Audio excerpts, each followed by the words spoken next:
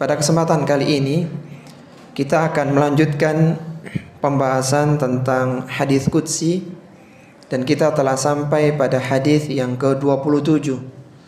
Hadis tentang saling mencintai karena Allah Subhanahu wa taala. Hadis yang diriwayatkan dari Abu Hurairah radhiyallahu taala anhu ini adalah hadis yang sahih, dikeluarkan oleh Imam Muslim dalam sahihnya nomor 2566. Dari Abu Hurairah radhiyallahu taala anhu, ia berkata, Rasulullah sallallahu alaihi wasallam bersabda, "Innallaha yaqulu yaumal qiyamah, ainal mutahabbuna bijalali, al-yawma udhilluhum fi dhilli, yawma la dhilla illa dhilli." Kata Nabi sallallahu alaihi wasallam, sesungguhnya pada hari kiamat Allah Subhanahu wa taala berfirman, "Ainal mutahabbuna bijalali?" Di manakah orang-orang yang dulu mereka saling mencintai karena keagunganku? Al-yawma udhilluhum fi dhilli. Pada hari ini aku akan memberikan naungan kepada mereka. Yauma la dhilla illa dhilli. Pada hari tidak ada naungan kecuali hanya naunganku. Hadis yang mulia ini para jamaah rahimani wa rahimakumullah merupakan hadis yang mulia, yang utama, karena cinta yang tidak kasat mata itu terkadang bisa menjerumuskan seorang ke dalam neraka, dan terkadang dengan cinta pula seorang bisa diangkat tinggi derajatnya ke surga. Apa kata Anas bin Malik radhiyallahu taala anhu ketika ada seorang yang bertanya kepada Nabi sallallahu alaihi wasallam tentang hari kiamat? Dia mengatakan, "Ya Rasulullah, matas saah?" Wahai Rasulullah sallallahu alaihi wasallam, kapan kiranya kiamat itu terjadi? Maka Nabi sallallahu alaihi wasallam mengatakan, "Wa ma a'datta lisaah?" Apa yang telah engkau persiapkan untuk hari kiamat itu? Kata dia, "Tidak ada wahai Rasulullah, kecuali hanya kecintaanku kepada Allah dan Rasulnya." Maka beliau sallallahu alaihi wasallam spontan mengatakan, "Fa innaka ma'aman ahbabta." Engkau akan bersama dengan orang yang engkau cintai. Apa kata Anas bin Malik, seorang sahabat yang 10 tahun mendampingi Nabi sallallahu alaihi wasallam ketika di Madinah. Seorang Anas kecil yang usianya 10 tahun mendampingi Nabi selama 10 tahun pula. Beliau mengatakan, "Fama farihna farhan ba'dal islami illa min qaulin Nabi sallallahu alaihi wasallam, fa innaka ma'aman ahbabta, fa ahabbullaha wa rasulahu wa Abu Bakrin wa Umar, fa arju an akuna ma'ahum wa illam a'mal bi a'malihim." Rawahul Bukhari. Kata Anas bin Malik radhiyallahu ta'ala anhu, tidak ada satu kegembiraan bagi kami para sahabat setelah kami merasakan sejuknya berada di bawah naungan agama Islam, kecuali setelah kami mendengar sabda Nabi sallallahu alaihi wasallam, "Fa innaka ma'man ahbabta." Engkau akan berkumpul dengan orang yang engkau cintai. Maka kata Anas bin Malik, "Fa ahabbullaha wa rasulahu wa Abu Bakrin wa Umar." Aku cinta kepada Allah, aku cinta kepada Rasulullah, cinta kepada Abu Bakar dan Umar. Kenapa aku mencintai mereka? Fa arju an akuna ma'ahum. Karena aku berharap bisa bersama-sama dengan mereka di surga. Wa illam a'mal bi a'malihim. Meskipun amalan kami tidak setingkat dengan amalan mereka. Lihat bagaimana mahabbah, cinta bisa mengangkat derajat seorang tinggi di surga. Yang meninggikan derajatnya bukan karena amalan dia, tapi karena manajemen hatinya. Dia mencintai Allah, mencintai Rasulnya, dan apa-apa yang dicintai oleh Allah Subhanahu wa ta'ala dan Rasulnya. Sehingga para ulama-ulama akidah, mereka merinci tentang mahabbah terbagi 3. Mahabbah, kecintaan tidak tampak secara kasat mata, tapi dia bisa meninggikan derajat seseorang dan bisa menjatuhkan derajat seseorang. Para ulama kita membagi mahabbah dalam 3 pembagian. Yang pertama adalah mahabbah wajibah, kecintaan yang wajib. Apa itu mahabbah wajibah? Mahabbah wajibah adalah kecintaan seorang muslim dan muslimah kepada Allah Subhanahu wa taala, kecintaannya kepada Rasulullah sallallahu alaihi wasallam dan apapun yang dicintai oleh Allah dan Rasulnya. Dan dia meletakkan kecintaan kepada Allah dan Rasulnya di atas seluruh kecintaan-kecintaan yang ada. Ini kecintaan yang wajib. Sampai-sampai Umar radhiyallahu ta'ala anhu pernah mendatangi Nabi sallallahu alaihi wasallam dan mengatakan, "Wahai Rasulullah sallallahu alaihi wasallam, engkau adalah orang yang paling aku cintai dari seluruh yang ada kecuali diriku sendiri." Maka Rasulullah sallallahu alaihi wasallam mengatakan, "Tidak wahai Umar. Engkau harus mencintai aku di atas semuanya termasuk dirimu sendiri." Maka beliau pun mengatakan, "Kalau begitu wahai Rasulullah, aku mencintai engkau di atas seluruh kecintaanku kepada yang lain termasuk kepada diriku sendiri." Maka Rasulullah mengatakan, "Al-an ya Umar, sekarang baru benar kecintaanmu." Ini adalah mahabbah wajibah. Seorang wajib mencintai Allah Subhanahu wa ta'ala dan Rasulnya. Sampai-sampai disebutkan dalam sebuah kisah tentang Sa'ad bin Ar-Rabi' yang beliau terbunuh di perang Uhud tahun 3 Hijriah dengan puluhan luka. Dia adalah penduduk Ansar. Maka sebelum beliau menghembuskan nafas terakhirnya di medan Uhud, yang sekitar 60-70-an sahabat terbunuh di medan Uhud itu, bahkan ada pekuburan Uhud di lereng gunung itu, maka beliau mengucapkan ucapan yang sangat indah yang dinukil oleh Al-Hafiz Ibnu Hajar Al-Asqalani dalam kitabnya Al-Isabah fi Tamyiz Sahabah. Beliau mengatakan, "Fa akhbir qaumaka wallahi la uzru lahum in kutila Rasulullah sallallahu alaihi wasallam wa wahidun minhum hayyun."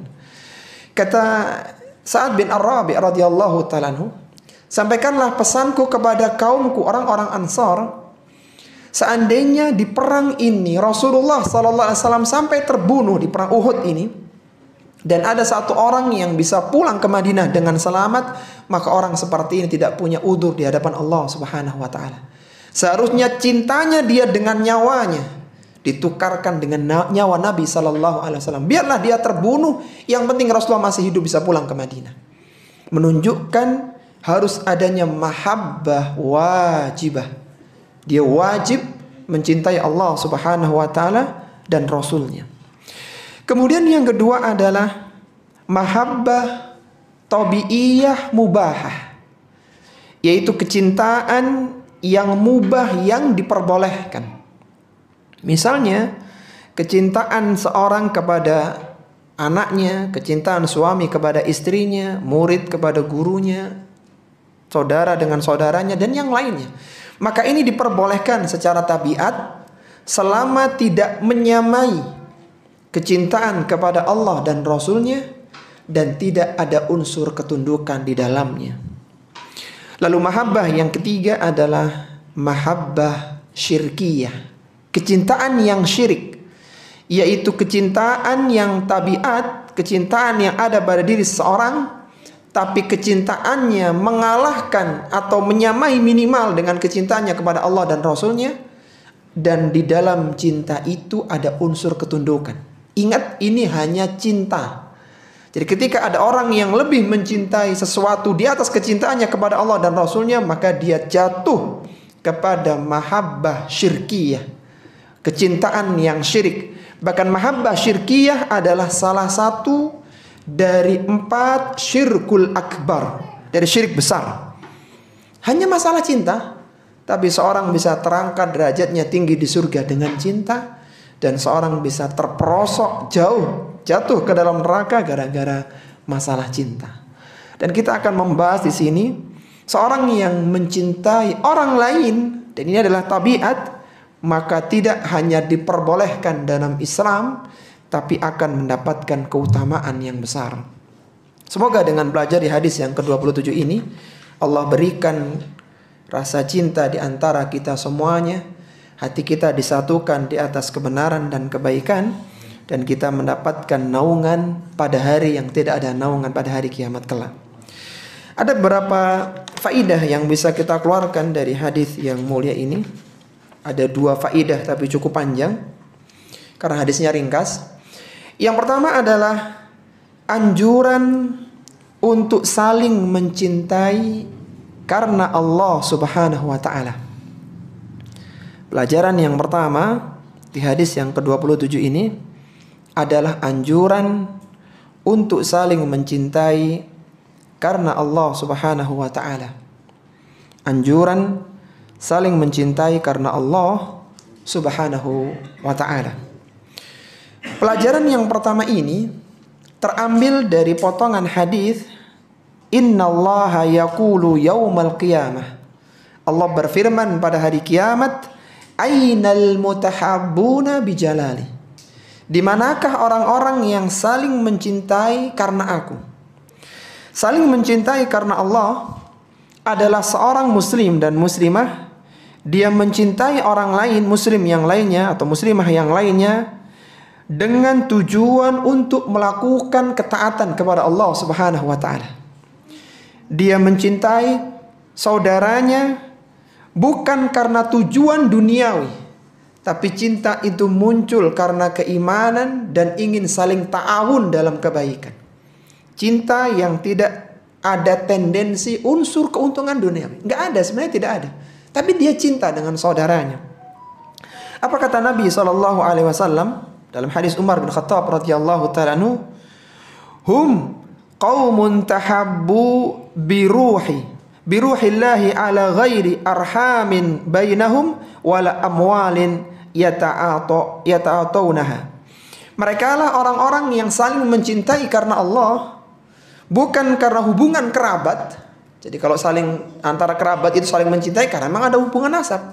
Ini orang lain, bukan kerabat. Kemudian wala amwalin yata'atawnaha, dan mereka tidak ada keuntungan dunia yang ingin mereka dapatkan. Kembali lagi bahwa dikatakan cinta karena Allah karena cintaan itu ingin mendapatkan ridha Allah, ingin dalam ketaatan kepada Allah, tidak ada unsur duniawi. Jadi berbeda kiranya kalau ada produsen mencintai customernya karena dia sering beli barang yang menguntungkan, maka ini bukan karena Allah Subhanahu wa taala, tapi karena unsur duniawi. Ada seorang yang dia membuka misalnya dagangan, ada yang banyak pembeli, dia senang dengan pembelinya, bukan itu yang dimaksud, tapi pure murni ini karena Allah Subhanahu wa taala. Keimanan yang ada pada dirinya menjadikan kita mencintainya, meskipun dulu bisa jadi orang itu adalah musuh bebuyutannya ketika dia masih sekolah, ya masih ini. Jadi lihat apa kata Hindun ketika berbaiat kepada Nabi SAW di tahun 8 Hijriah ketika Fathu Makkah. Setelah selesai baiat antara Hindun dengan Nabi SAW, maka Hindun mengatakan, wahai Rasulullah SAW, dulu tidak ada orang yang paling aku benci kecuali engkau, karena engkau yang telah membunuh anak-anakku, keluargaku, gara-gara perang yang kau adakan. Dan hari ini tidak ada orang yang paling aku cintai kecuali engkau. Jadi benar-benar karena Allah Subhanahu wa taala. Meskipun dulu menjadi orang yang dibenci sebelum dia mengenal Islam yang mulia ini. Orang yang saling mencintai karena Allah, maka kecintaan tersebut akan terbawa sampai di akhirat. Sedangkan orang-orang yang saling mencintai karena kepentingan dunia, maka cinta itu berhenti di dunia. Bahkan bisa jadi orang yang dulu dicintai di dunia menjadi musuh pada hari kiamat, karena kecintaan yang bukan dibangun di atas ketaatan, kecintaan yang tidak dibangun di atas ridha Allah Subhanahu wa taala yang maha mulia. Apa kata Allah Subhanahu wa taala tentang teman-teman akrab yang dulu mengajaknya makan bareng, ngobrol bareng, dicintai dulu, ditinggalkan orang tuanya demi temannya. Lihat bagaimana mereka pada hari kiamat. Kata Allah Subhanahu wa taala, al-akhillau yawma idzin ba'duhum bi ba'din aduwwun illal muttaqin. Teman-teman akrab pada hari kiamat mereka antara satu dengan yang lainnya aduun, akan menjadi musuh. Gara-gara punya teman ini, aku dulu tidak sholat, aku dulu melakukan kemaksiatan, dan semisalnya. Illal muttaqin, kecuali orang-orang yang bertakwa, yang mereka membangun pertemanannya karena Allah Subhanahu wa ta'ala. Apa yang menjadikan kita kumpul di tempat ini, ikhwah? Ana bukan saudara antum, antum bukan kerabat ana, kita dulu tidak kenal. Tapi kecintaan dengan majelis ilmulah yang menjadikan kita bertemu di tempat yang mulia ini. Kita jauh safar dari Jember ke sini untuk bertemu dengan antum, untuk belajar ilmu agama karena Allah Subhanahu wa ta'ala. Kalaulah tidak ada tendensi itu, maka kita tidak akan bertemu. Kita orang lain. Tapi semoga cinta yang menjadikan kita duduk bersama di majelis ilmu ini termasuk kecintaan karena Allah Subhanahu wa ta'ala. Saling mencintai karena Allah Subhanahu wa ta'ala merupakan sebab seorang mendapatkan kecintaan dari Allah Subhanahu wa ta'ala. Sebagaimana Rasulullah sallallahu alaihi wasallam bersabda, Allah Subhanahu wa ta'ala berfirman, "Wajabat mahabbati lil mutahabbina fiyya wal mutajalisina fiyya wal mutazawirina fiyya wal mutabadhilina fiyya." Kecintaanku wajib aku berikan, kata Allah Subhanahu wa ta'ala, untuk siapa? Lil mutahabbina fiyya, bagi orang yang saling mencintai dan kecintaannya karena aku. Nanti kita bahas bagaimana kategori orang yang dikatakan cinta karena Allah Subhanahu wa ta'ala. Cintanya karena tendensi akhirat. Kemudian wal mutajalisina fiyya, yang mereka itu bermajelis, duduk karena aku. Duduknya dia bukan karena ingin tujuan dunia, tapi karena Allah Subhanahu wa ta'ala. Wal mutazawirina fiyya, dia saling mengunjungi karena aku. Wal mutabadzilina fiyya, dan mereka saling berkorban jiwa dan hartanya karena Allah Subhanahu wa ta'ala. Perhatikan, ketika seorang itu mencintai saudaranya, maka Allah katakan wajabat mahabbati, dia wajib mendapatkan kecintaan dariku. Kalaulah ada seorang pegawai yang dia dicintai oleh pimpinannya, oleh ownernya, maka dia akan beruntung. Kenaikan karirnya cepat, gajinya cepat meningkat, dia beruntung karena dia bisa mengambil hati pemiliknya. Kalaulah ada seorang anak, dia dicintai oleh orang tuanya dan saudaranya banyak, maka dia akan beruntung. Dia akan banyak mendapatkan sanjungan, hadiah dari orang tuanya. Bagaimana kiranya kalau ada seorang hamba yang Allah wajib mencintainya, dia pasti dicintai oleh Allah Subhanahu wa ta'ala, maka itulah hamba yang beruntung. Dia dicintai oleh Rabb yang telah menciptakannya. Dia dicintai oleh Rabb yang memudahkan semua urusan-urusannya. Dia ditunggu kehadirannya oleh Allah Subhanahu wa ta'ala. Dan itu cara mendapatkannya adalah kita harus mencintai orang-orang yang hendaknya dicintai oleh kaum muslimin, itu yang dicintai oleh Allah Subhanahu wa ta'ala. Sehingga Nabi SAW menyebutkan dalam salah satu hadisnya, irhamu man fil ardi yarhamkum man fis sama. Cintailah makhluk yang ada di bumi, rahmatilah makhluk yang ada di bumi, niscaya engkau akan dirahmati oleh Allah Subhanahu wa ta'ala yang ada di langit. Ketika kalian saling mencintai karena Allah, maka kalian akan dicintai oleh Allah Subhanahu wa ta'ala. Dan para ulama menjelaskan bahwa yang dimaksud dengan kecintaan Allah kepada seorang hamba, apa sih maksudnya kalau Allah sudah mencintai seorang hamba itu? Kata para ulama kita, Allah akan melimpahkan rahmat kepada hamba itu, yang dengan rahmat itulah menjadikan dia masuk ke dalam surga. Allah akan meridhoinya, dan Allah akan menghendakinya, membimbingnya kepada jalan-jalan kebaikan. Ketika seorang dicintai oleh Allah, maka tidaklah dia memandang, tidaklah dia memegang, tidaklah dia berbuat dan berjalan kecuali semuanya adalah kebaikan, karena dia dicintai oleh Allah Subhanahu wa ta'ala. Sebagaimana perkataan Al-Imam Al-Baghawi rahimahullahu ta'ala, anna ahadan la ya'malu khairan illa bitaufiqillah wala syarran illa bihudlani. Tidaklah ada seorang hamba yang melakukan satu amalan kebaikan kecuali dengan taufik Allah Subhanahu wa taala. Allah merahmatinya, Allah memberikan taufik untuknya. Wala syarran illa bihudlanih. Tidaklah ada seorang yang tergelincir dalam dosa dan kemaksiatan kecuali dia ditelantarkan dari taufik Allah Subhanahu wa taala. Allah tidak mengharapkan dia jadi orang baik. Allah tidak menginginkan dia mendapatkan taufik sehingga dia pun berkelimang dalam dosa dan keburukan. Dosa yang buruk dalam pandangan fitrah manusia menjadi indah untuknya karena dia tidak mendapatkan taufik dari Allah Subhanahu wa ta'ala. Ini yang pertama, pelajaran yang bisa kita ambil dari hadis saling mencintai karena Allah. Kemudian pelajaran yang kedua adalah keutamaan saling mencintai karena Allah Subhanahu wa ta'ala. Keutamaan saling mencintai karena Allah Subhanahu wa ta'ala.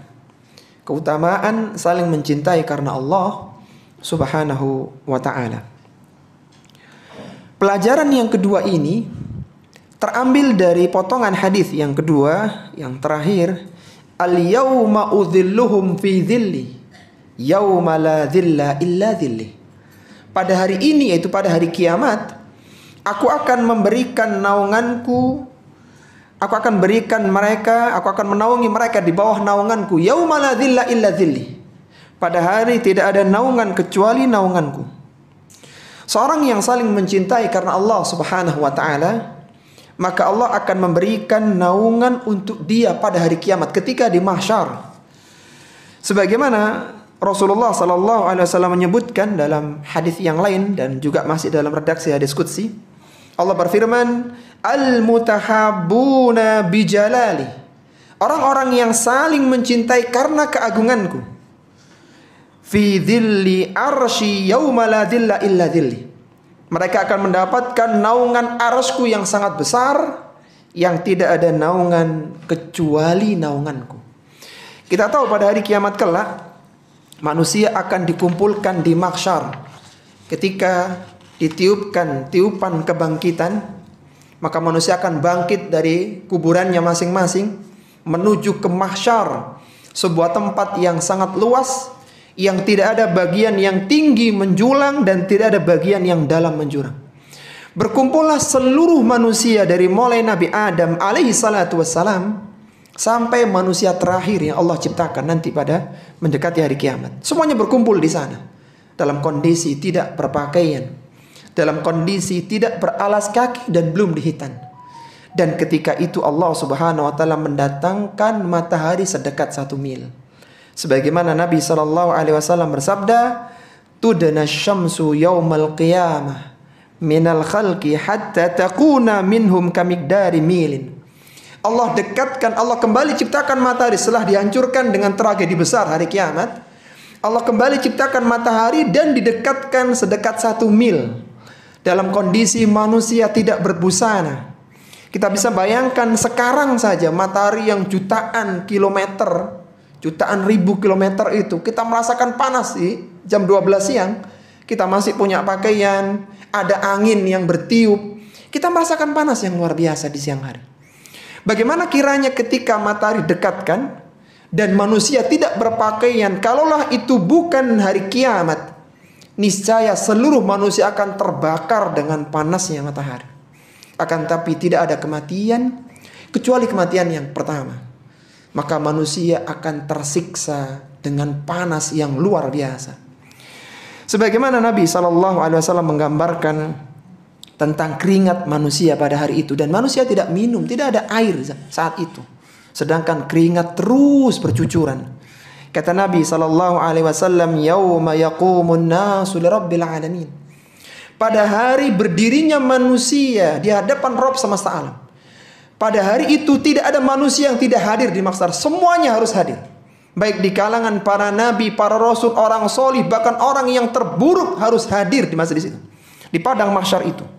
Manusia menunggu kedatangan Allah Subhanahu wa ta'ala untuk menyidang mereka, untuk menghisap mereka. Dan Allah tidak datang dalam waktu yang lama sekali. 25.000 tahun mereka berdiri di sana. Sampai akhirnya Allah Subhanahu wa ta'ala datang untuk memberikan hisab kepada manusia, dan malaikat itu bersaf-saf rapi menyambut kedatangan Allah Subhanahu wa taala. Dan mereka tidak berani berbicara saat itu. Karena ini sidang yang sangat penting, sidang istimewa untuk seluruh manusia. Sidang penentuan apakah seorang itu layak masuk ke dalam surga ataukah dia terperosok ke dalam neraka. Sehingga disebutkan oleh Allah dalam Al-Qur'an, wa jaa'a rabbuka wal malaku saffan saffa. Dan ketika datang Rabbmu saat itu, maka malaikat bersaf-saf dengan rapi. Tidak ada yang berani bicara saat itu. Karena ini adalah sidang resmi dari Rabb semesta alam. Maka kata Nabi, yaqumu ahaduhum fi rashihi ila ansafi udunai. Ketika menunggu 25.000 tahun lamanya itu, ada orang yang keringatnya sudah sampai di telinganya. Dia hampir tenggelam dengan keringatnya. Bahkan ketika itu ada orang-orang yang sudah tenggelam dengan keringatnya. Tergantung amalannya ketika di dunia. Lalu bagaimana orang yang dulu saling mencintai ketika di dunia? Maka mereka akan mendapatkan naungan Allah Subhanahu wa taala. Kita hari ini di siang yang panas kita merasakan kesejukan karena kita berada di bawah atap. Ada AC yang mendinginkan ruangan kita. Dan pada hari kiamat tidak ada seperti itu. Yang ada adalah terik yang luar biasa. Sehingga orang lagi tidak lagi memikirkan orang lain. Dia fokus bagaimana dia bisa selamat saat itu. Maka berbeda dengan orang yang dulu saling mencintai karena Allah Subhanahu wa taala. Allah akan berikan naungan, kesejukan. Dia tidak merasakan teriknya matahari ketika di mahsyar. Kata Nabi sallallahu alaihi wasallam, sab'atun yudhilluhumullahu fi dhillihi yauma la dhilla illa dhilluh. Ada 7 golongan yang akan dinaungi oleh Allah Subhanahu wa taala ketika tidak ada naungan kecuali naungan Allah. Dan di sana tidak ada satupun tumbuhan, tidak ada satupun pepohonan. Yang ada adalah arsy Allah Subhanahu wa taala saja. Dan tidak semua orang boleh berteduh di bawah arsy Allah. Tidak semuanya. Hanya orang-orang dengan kriteria tertentu saja. Siapa mereka? Wa dzakara minha, dan Nabi menyebutkan salah satunya, wa rajulani tahabba fillahi ijtama'a alaihi wa tafarraqa alaihi. Yaitu 2 orang yang mereka ini saling mencintai karena Allah. Mereka berkumpul bersatu karena Allah. Dan kalaulah mereka berpisah, mereka pun berpisah karena Allah. Kalaulah seorang terpaksa harus leave dari grup, keluar dari grup, itu karena Allah Subhanahu wa taala.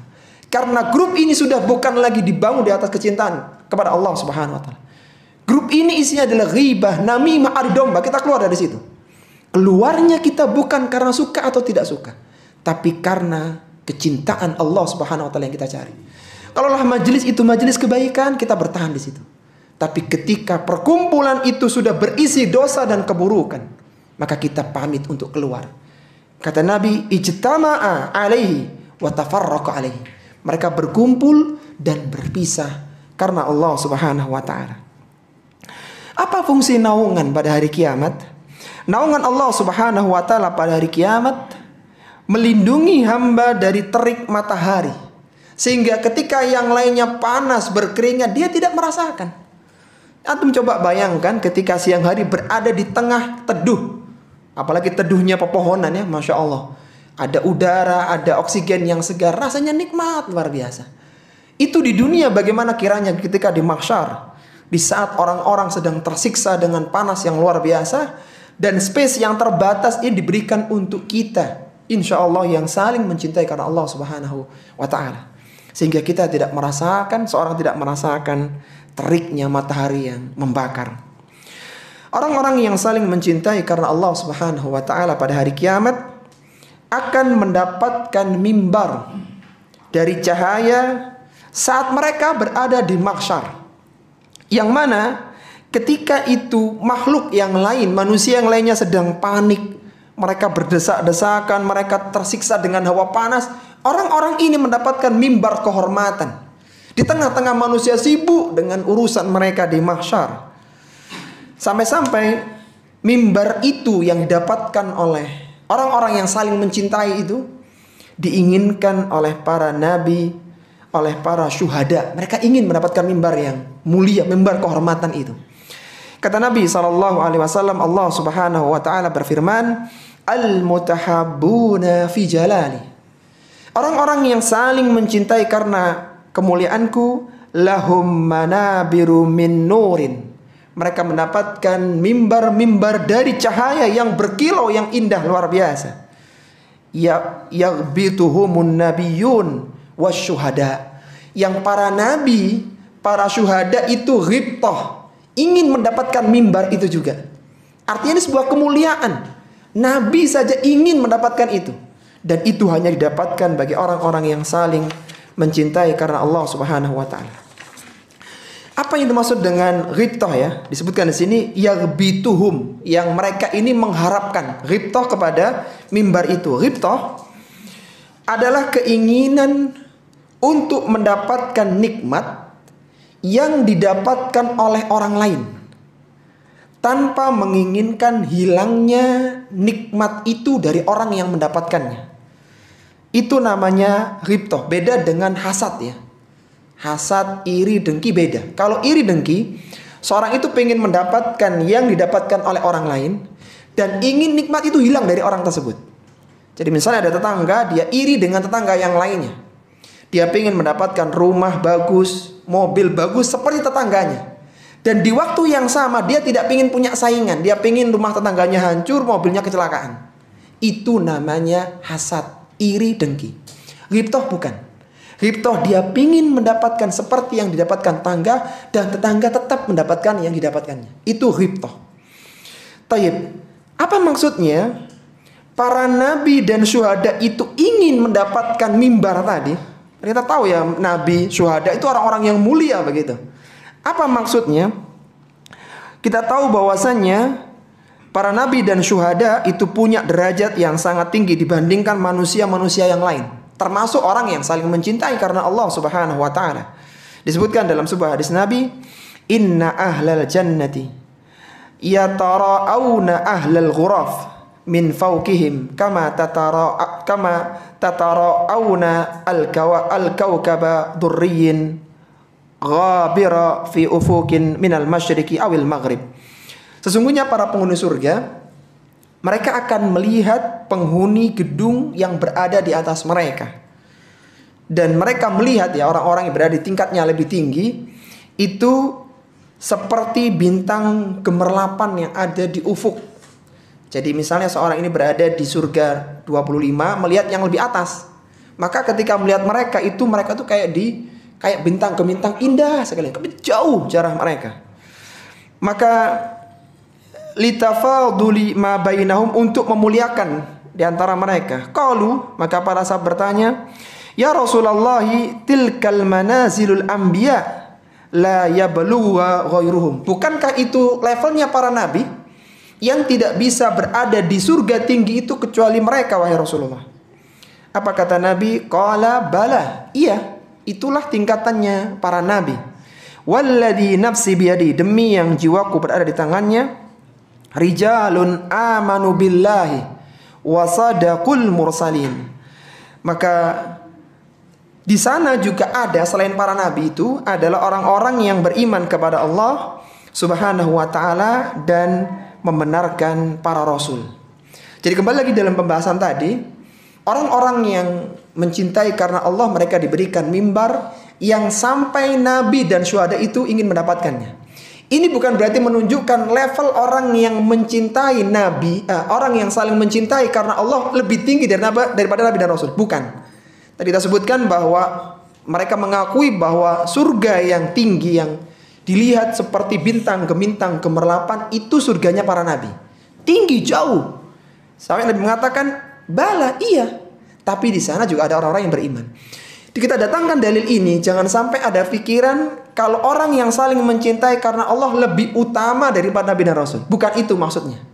Tapi orang yang saling mencintai karena Allah, dia mendapatkan sesuatu yang sesuatu itu pun ingin didapatkan oleh nabi dan syuhada, yaitu mimbar dari cahaya. Dan itu hanya Allah berikan kepada orang-orang yang saling mencintai karena Allah Subhanahu wa ta'ala. Dan semuanya menunjukkan saling mencintai karena Allah adalah keutamaan yang luar biasa. Hanya bermodalkan manajemen hati. Kita cinta dengan fulan, kita cinta dengan fulan. Kecintaan ini harus lillahi ta'ala. Dan ini akan mengangkat derajat kita di surga. Bahkan kita akan mendapatkan naungan ketika di mahsyar dan akan mendapatkan mimbar dari cahaya yang nabi dan syuhada ingin mendapatkan mimbar kemuliaan tersebut.